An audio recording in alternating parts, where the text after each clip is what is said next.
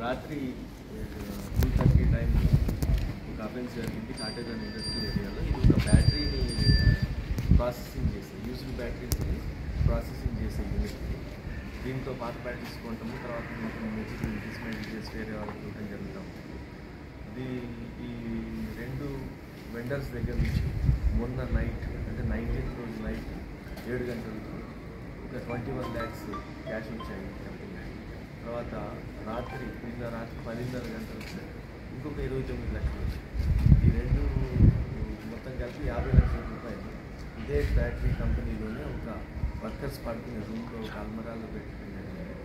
Night 2:30 టైంలో అందాక కొంతమంది రావటం, గేట్ కింద లోపలికి వచ్చేసి లోపల ఇద్దరే వ్యక్తులు ఉండే, వాళ్ళందరూ కూడా రాజస్థాన్ వాళ్ళే, ఓనర్ కూడా రాజస్థాన్.